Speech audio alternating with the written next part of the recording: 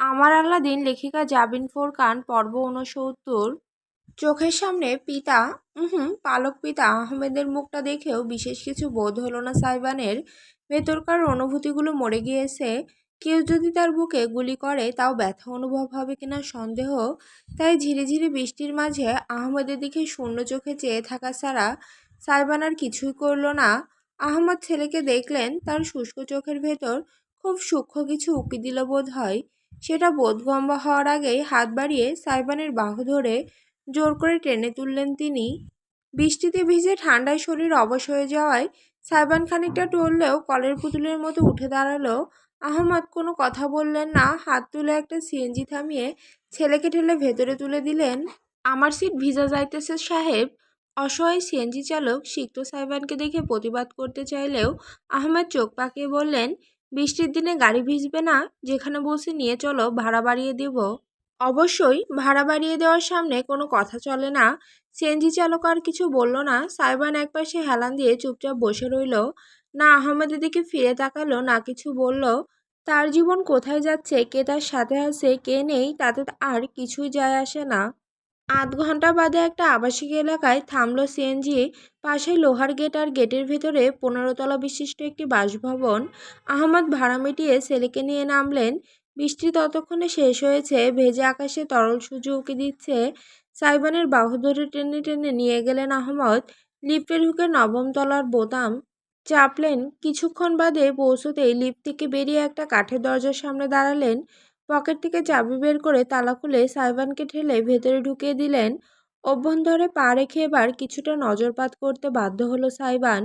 সিমসাম একটা ফ্ল্যাট বাসা, আধুনিক এবং আভিজাত হলেও আসবাবের বালাই নেই। পরিচ্ছন্ন পরিপাটি, তবে ফাঁকা ফাঁকা। এটা কার বাসা? মাথায় প্রশ্ন আসলেও সাইবান করল না। আহমদ আগে বেশিরভাগ সময়ে বাড়িতে থাকতেন না। সব সময় যে বিদেশি ঘাঁটি গেড়ে বসে থাকতেন তাও না। তাহলে দেশের কোথায় বসবাস করতেন? এটাই কি তবে তার আরেকটা সংসার? জানতে আর ইচ্ছে হলো না সাইবানের। সাদা টাইলসের মেঝেতে দাঁড়িয়ে রইল সে। ভেজা শরীর বেয়ে ফোঁটায় ফোঁটায় পানি গড়িয়ে মেঝে ভিজিয়ে তুলল ক্রমশ। অথচ সে সামান্য বিচলিত হলো না। ভিজলে ভিজুক, তাতে কার কি। আহমেদ ভেতরের একটা রুমে গায়েব হয়ে গিয়েছিলেন, খুব সম্ভবত বেডরুম। সেখান থেকে মিনিট দুই বাদে তিনি ফিরে এলেন, হাতে একটা ট্রাউজার আর তোয়ালে। ছেলের কাছে সেগুলো ধরিয়ে দিয়ে তিনি শান্ত গলায় বললেন, ওটা বেডরুম, বাথরুম আছে ভেতরে, গোসল করে নে। সাইবান কোনো গাইগুই করল না, নিঃশব্দে ভেতরে চলে গেল। আহমেদ এগোলেন রান্নাঘরের দিকে। বাথরুমে গিজার থাকা সত্ত্বেও সাইবান কনকনে ঠান্ডা পানিতে গোসল করল। গোসল বলতে শাওয়ার ছেড়ে দাঁড়িয়ে রইল আধ ঘন্টা মতন।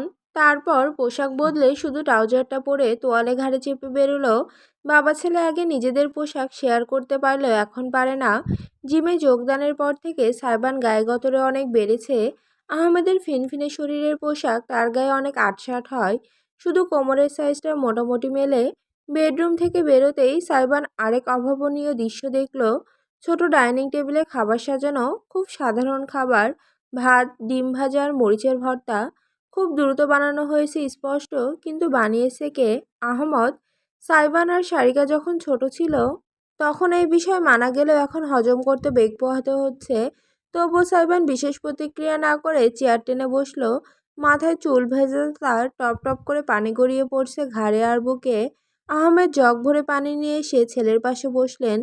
সাইবান ভাবল আহমদ খাবার প্লেটে বেরিয়ে এগিয়ে দেবেন আর সে একটা ঝটকা দিয়ে সব ফেলে দেবে, কিন্তু তার পরিকল্পনা সফল হলো না। আহমদ প্লেটে বেড়ে নিলেন ঠিকই, কিন্তু সাইবানের হাতে দিলেন না।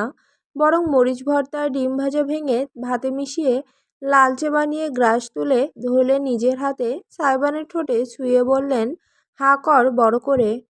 বুকে হাহাকার, চোখে বেদনা আর রাজ্যের অসহায়ত্ব অনুভব হলেও সাইবানের বিপরীতে কেন যেন রাগ দেখাতে পারল না। হাঁ করল সে, ঠিক ছোট সাইবানের মতো। একটা সময় যার বাবার হাতে একবেলা না খেলে দিন যেত না, সেই দিন বহু বছর বাদে ফিরে এসেছে রমন্থন হয়ে। আহমদ ধৈর্য ধরে সাইবানকে খাইয়ে দিতে লাগলেন। মুখ ভর্তি খাবার নিয়ে চিবোতে চিবোতে অবাক নয়নে সাইবান দেখে গেল আহমদকে। কাকে কি ভেবেছিল, আর কে কি বেরোলো? এত এত রহস্য, এত বেইমানি, এত ঠকে যাওয়া। অথচ এখানে বসে সে ওই একটা মানুষের সাথে, যার সাথে সম্পর্কটা আর কখনো স্বাভাবিক হওয়া আশ্বাসে ছেড়ে দিয়েছিল, যার প্রতি তার উত্তাল অভিমান। অথচ দিন শেষে শুধু সেই রয়ে গেছিল সাইবানের পাশে।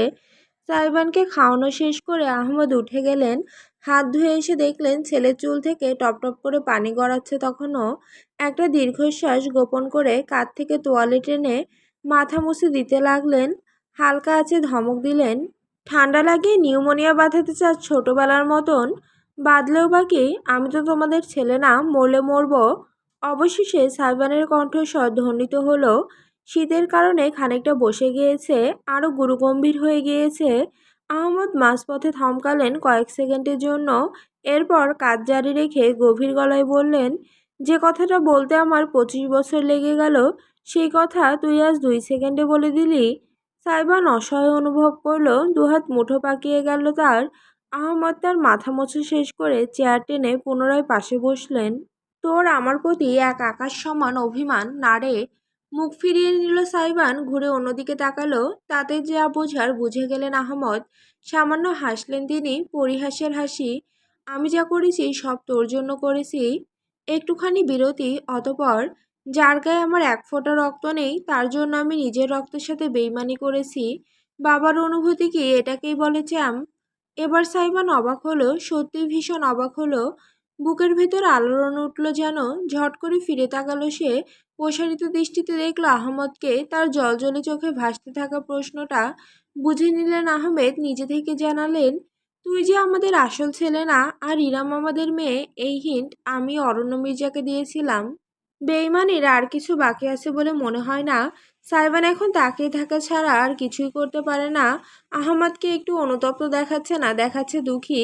কাজ জোড়া নুয়ে পড়েছে যেন বাস্তবতার ভারে ক্লান্ত তিনি। সাইবানের গলা কাঁপলো, ফিসফিস করে সে শুধু একটাই শব্দ উচ্চারণ করতে পারল, কেন?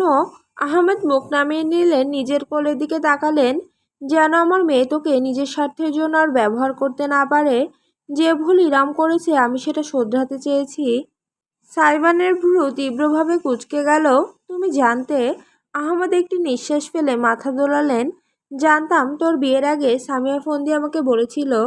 এরপর আর কিছু বলার থাকে না, সবাই আসলে বেইমান। কেউ ভালো না, কেউ না। নিজের মাথায় চেপে ধরল সাইবান দুহাতে। কে কি খেলছে, কেন খেলছে, খেলার জন্য শুধু তাকেই পাওয়া গেল। সবাই শুধু নিজেদের মতো বল নিয়ে মাঠে দৌড়াচ্ছে। সাইবান হচ্ছে সেই বল, যাকে যে যেভাবে পারছে লাথি দিয়ে যাচ্ছে। 1 সেকেন্ডের বিশ্বাসেরও গুরুত্ব নেই। আহমেদ ছেলের প্রতিক্রিয়া দেখলেন।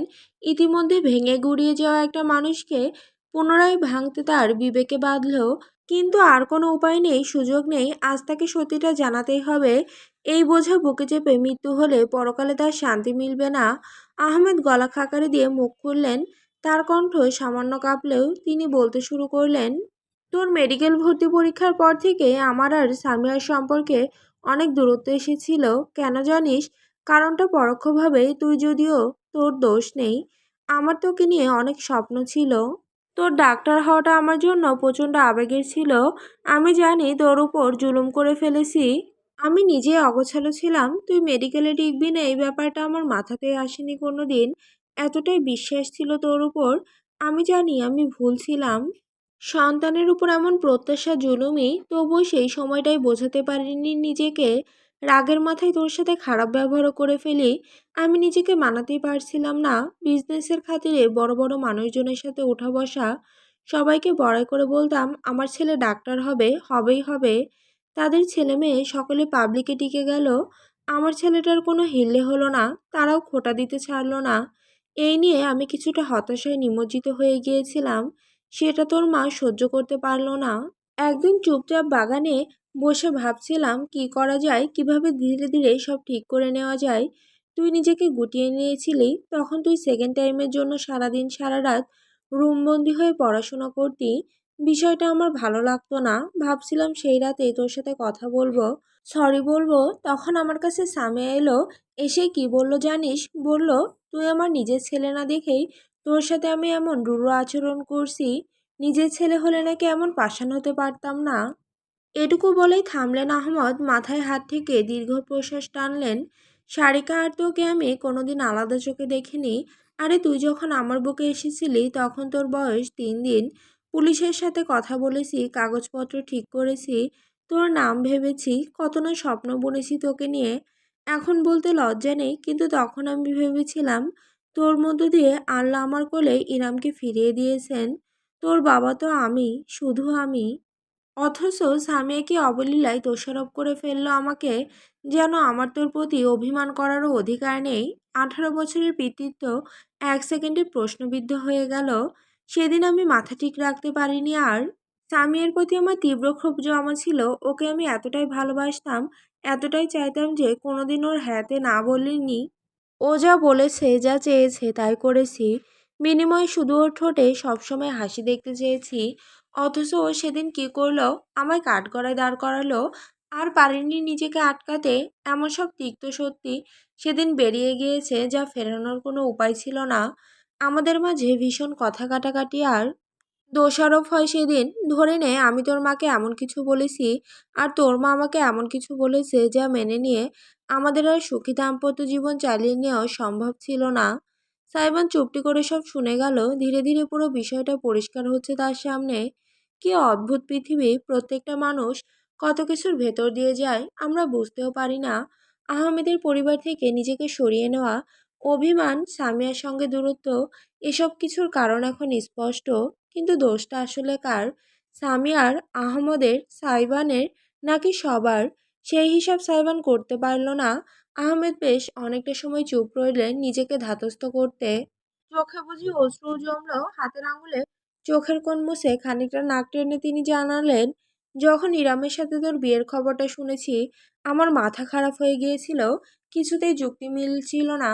আর সামিয়ার কথাগুলো শুনে মনে হলো সে মেয়ের ভালোর জন্য সবকিছু লুকাতে প্রস্তুত। আমার প্রতিবাদে আর কিছু যায় আসতো না, কারণ ততদিনে এই পরিবারের কাছে আমি মূল্যহীন হয়ে গিয়েছি। প্রথমটাই ভেবেছিলাম কিছু বলবো না, শুধু দেখে যাব দূর থেকে, কিন্তু এই বোকা মন সেটাও পারল না। আবার পা দিলাম ওই বাড়িতে। নিজেকে বোঝালাম দূরে দূরে থেকে চুপচাপ দেখে যাব। সেই দেখাটাও হলো না। যখন তোকে ইরামের সাথে হাসি খুশি দেখতাম আমার ভালো লাগার চেয়ে ভয় হতো বেশি। তোকে নিয়ে সবার মুখে মুখোশ, সবাই তোকে ব্যবহার করে যাচ্ছে স্বার্থের বশে। আমার হাতে দুটো উপায় ছিল। এক, সব জেনে বুঝে চুপচাপ থাকা, তোকে ব্যবহার হতে দেওয়া। দুই, কোনোভাবে সত্যিটা তোর সামনে নিয়ে আসা, যেন তুই সবার আসল চেহারাগুলো দেখতে পাস। তোর এখন মনে হতে পারে এটা আবার কেমন বাবা, যে নিজের মেয়ের সুখই দেখতে পারে না। হ্যাঁ, আমি নিজেও জানি আমি বাবা হিসেবে খুব জঘন্য। আমি আমার সন্তানদের মধ্যে একজনকে বেছে নিয়েছি, অন্যজনকে তো বহু আগেই উৎসর্গ করে দিয়েছি ভালোবাসার নামে। যবে থেকে উৎসর্গ করেছি তবে থেকে মনকে সামলে নিয়েছিলাম। কোনোদিন ওই সন্তানের উপর লোভ করব না। অরণ্যর সাথে আমার দুবার ব্যবসায়িক কাজে দেখা হয়েছিল, তাই হালকা পরিচিতি ছিল। সেই সুযোগটাকে কাজে লাগিয়েছি। চেয়েছিলাম গভীর গর্তে ফেসে যাওয়ার আগেই যেন তুই ফাঁদ থেকে বেরিয়ে আসিস। যে পর্যায়ে গেলে আর ফিরে আসার উপায় থাকবে না, সেই পর্যায় পর্যন্ত তোকে যেতে দিতে চাইনি। এই তো, এটাই একজন স্বার্থপর, জঘন্য, ব্যর্থ আর খারাপ বাবার কাহিনী, যার আদতে বাবা হওয়ার যোগ্যতাই নেই। মুখ নত করে ফেললেন আহমদ। আর সামলানো গেল না। চোখ গড়িয়ে অঝোরধারায় অশ্রু টপটপ করে তার কোলের উপর পড়তে লাগলো। সাইমন স্তব্ধ হয়ে বসে রইল। একদিনে এত সত্য হজম করাটা দুষ্কর। কাকে বিচার করবে সাইবান, কিভাবে করবে? এক মাকে, যে তাকে নিঃস্বার্থভাবে আগলে নিয়ে নতুন জীবন দান করেছে। একটা পরিবারকে, যারা তাকে এতটাই ভালোবেসেছিল যে দুই যুগেও তার সামান্যতম সন্দেহ হয়নি আত্মপরিচয় নিয়ে। নাকি এক বাবাকে, যে এক সন্তানের স্বার্থ বলি দিয়ে অপর সন্তানকে সত্য চিনিয়েছে। কেউ স্বার্থহীন না, সবাই স্বার্থপর। যে যার নিজ ইচ্ছা অনুযায়ী কাজ করে গিয়েছে, ফলাফল ভাবেনি, পরিণতি চিন্তা করেনি। অথচ যারা কাজগুলো করেছে তাদের কিছু হয়নি, ফেসেছে শুধু সাইবান। হেরেছে সে, হারিয়েছে সে, ধ্বংস হয়েছে সে। অন্য কারো একটা চুলও বাঁকা হয়নি। এত নিষ্ঠুর কেন এই পৃথিবী? আহমদ তার পাশে বসে নিঃশব্দে ফুঁপিয়ে যাচ্ছেন। ক্ষণে ক্ষণে বিড়বিড় করে একটা কথাই বলছেন, যদি পারিস কোনো একদিন আমাকে ক্ষমা করে দিস। ক্ষমা শুনলে এখন হাসি পায় সাইবানের। কতজন মানুষকে ক্ষমা করবে সে? এই পর্যন্ত সবাই নিজের জন্য করে গেছে, নিজের মনে শান্তির জন্য। আহমেদের মধ্যে ব্যতিক্রম একটাই, তিনি নিজের স্বার্থের জন্য করলেও তার স্বার্থসিদ্ধির কারণে সাইবান সত্যের মুখোমুখি হয়েছে, ঠিক সেই কারণে নাকি পিতৃত্ববোধের টান থেকে সাইবান দুর্বল হলো সে জানে না।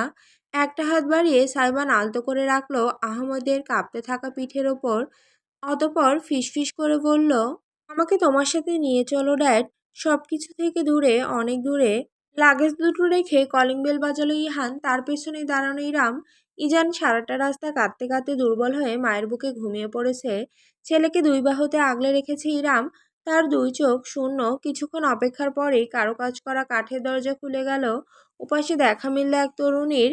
চেহারা দেখেই বোঝা সম্ভব কৈশোর পেরিয়ে সদ্য তারণে পা দিয়েছে। ফর্সা চেহারা, কোকড়ানো ববকাট চুল, পরনে বেগুনি রঙের টি শার্ট আর চেক পাজামা, ঠোঁটে অকারণেই বিরাট হাসি লেগে আছে। ইরাম আপু, আসো আসো। ইহান সরে আগে বোনকে ঢোকার জায়গা করে দিল। ভেতরে প্রবেশ করলো ইরাম, ছেলেকে বুকে আগলে রেখে আশেপাশে তাকালো। অতঃপর সৌজন্যসূচক জিজ্ঞেস করলো, কেমন আছো রাবেয়া? মেয়েটি চোখ উল্টে কপাল চাপড়ে বলল, ও গড, রাবিয়া।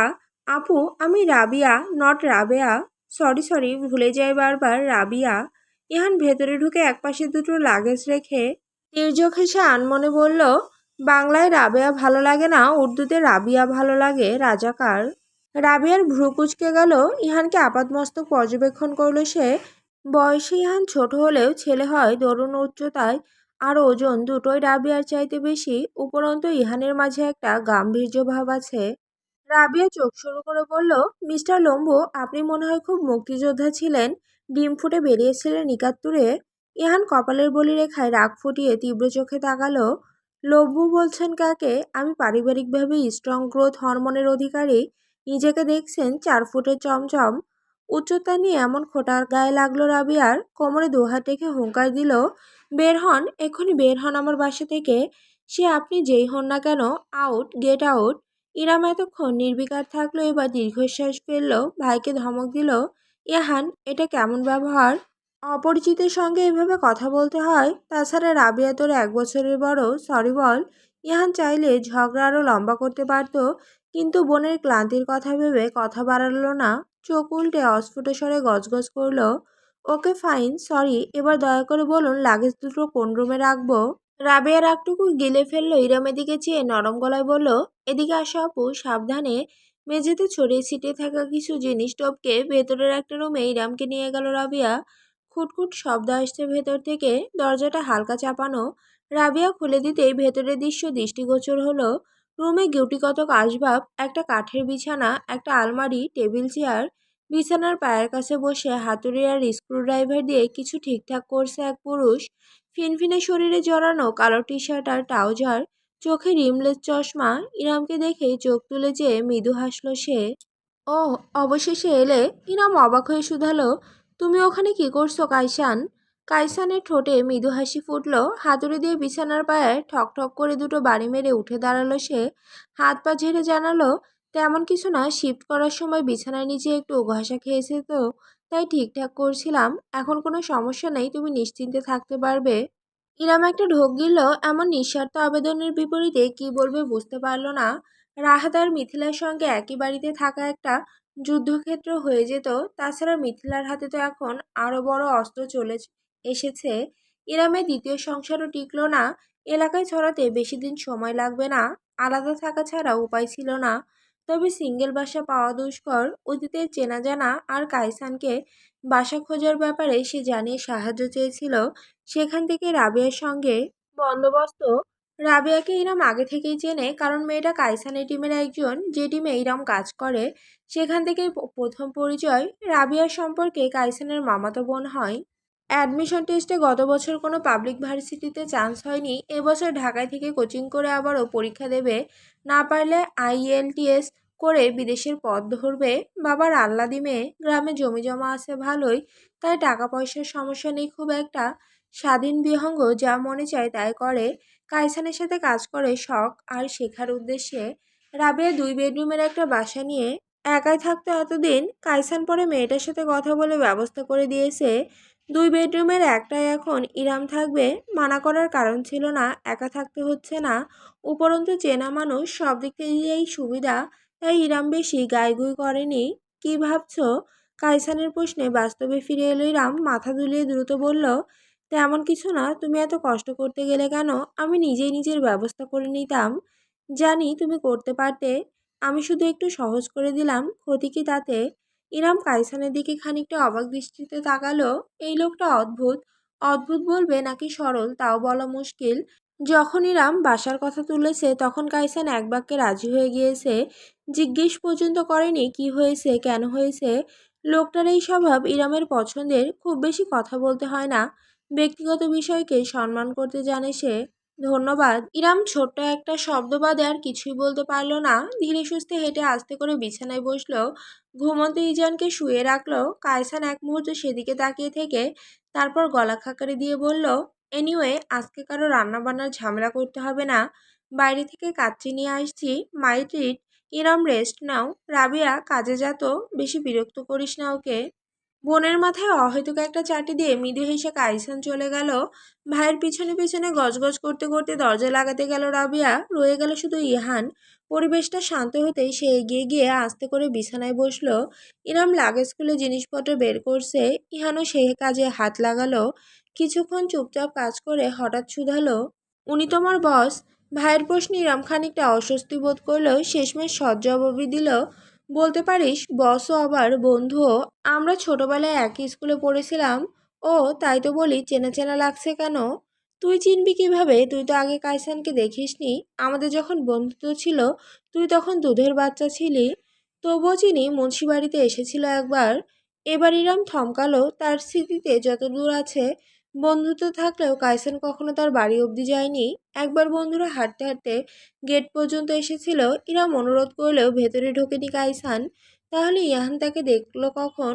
বড় বোনের চোখে সন্দেহ দেখে ইহান জানালো, অরণ্য মির্জার সাথে তোমার বিয়ের কিছুদিন পর আমাদের বাড়ি এসেছিল। তোমার বিয়ের প্রস্তাব নিয়ে। রাহাত ভাইয়া জানিয়েছে তোমার বিয়ে হয়ে গেছে, এরপর চলে গিয়েছিল। এইটুকুই। ভাইয়ের কথা শুনে ইরাম রীতিমতো আকাশ থেকে পড়ল। কাইসান বিয়ের প্রস্তাব নিয়ে গিয়েছিল তার বাড়িতে? রাহাত তো কিছু জানায়নি। অবশ্য জানানোর মতো বিষয় নয়, বিব্রতকর। তার থেকেও বড় কথা, কাইসান তাকে বিয়ে করতে চেয়েছিল। সত্যি? বিষয়টা ইরাম এই মুহূর্তে ঠিক কেমনভাবে নেবে বুঝতে পারল না। মাথা নিচু করে সে ঠান্ডা গলায় বলল, ঠিক আছে, আর কাউকে বলার দরকার নেই। ইহান মাথা নেড়ে প্রসঙ্গ বদলালো। বোনকে যতটুকু জানানোর জানিয়েছে, বাকিটা ইরামের ব্যক্তিগত বিষয়। সে কথা ঘুরিয়ে জিজ্ঞেস করল, আর কি কি জিনিস লাগবে, কি বাজার লাগবে লিস্ট করে দাও আপু, আমি যাওয়ার আগে দিয়ে যাব। ইরাম মাথা দোলালো। ও হ্যাঁ, দাঁড়া। ভ্যানিটি ব্যাগ থেকে একটা কাগজ আর কিছু টাকা বের করে নিল ইরাম। ইজানের জন্য আপাতত এগুলো লাগবে, আর কিছু এখনই দরকার নেই, পরে বলবো লাগলে। কাগজটা নিলেও ইহান টাকাগুলো নিল না, উঠে দাঁড়ালো চট করে। ইরাম বিস্মিত হয়ে ভাইয়ের দিকে তাকালো। ইহান কাগজটা জিন্সের পকেটে ঢোকাতে ঢোকাতে বলল, তোমার ভাই একটু হলেও বড় হয়েছে আপু, তুমি রেস্ট নাও আপাতত। আমি আধ ঘন্টার মধ্যে আসছি। ইহান রুমের দরজা সাবধানে চাপিয়ে দিয়ে চলে গেল। ইরাম কিছুক্ষণ সেখানেই থম মেরে বসে রইল। সকাল থেকে থেমে থেমে বৃষ্টি হচ্ছে। এই সময়ে বাইরে আবারও বৃষ্টি শুরু হলো। ইরাম রুমে বসেই বাইরে ইহানের হাঁকডাক শুনতে পেল। 4 ফুটের চমচম ছাতা হবে একটা। চমচম কাকে বলছো লম্বু? এমন জায়গায় লাথি দেবো যে কাউকে বলতেও পারবে না। রাবিয়া ইহানকে ছাতা দিল কি দিল না ইরামের জানা হলো না। সে ঠাই বিছানায় বসে রইল।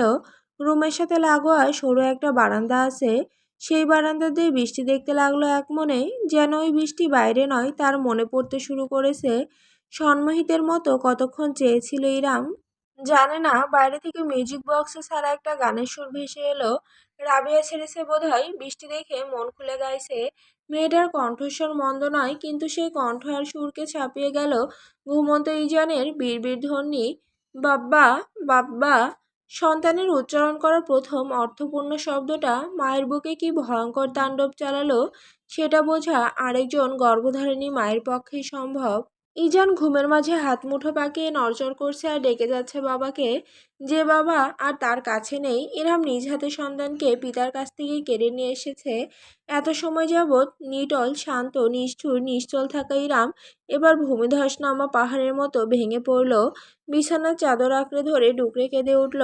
কাঁদতে দেখেনি কেউ তাকে, আজও দেখবে না, শুনবে না। তার কান্নার শব্দ মিলিয়ে যাবে বৃষ্টির ঝুমঝুম ছন্দে, মিলিয়ে যাবে বাইরে থেকে ভেসে আসা গানের সুরে। দুটো মানচিত্র এঁকে দুটো দেশের মাঝে বিধে আছে অনুভূতিগুলোর ব্যবচ্ছেদ।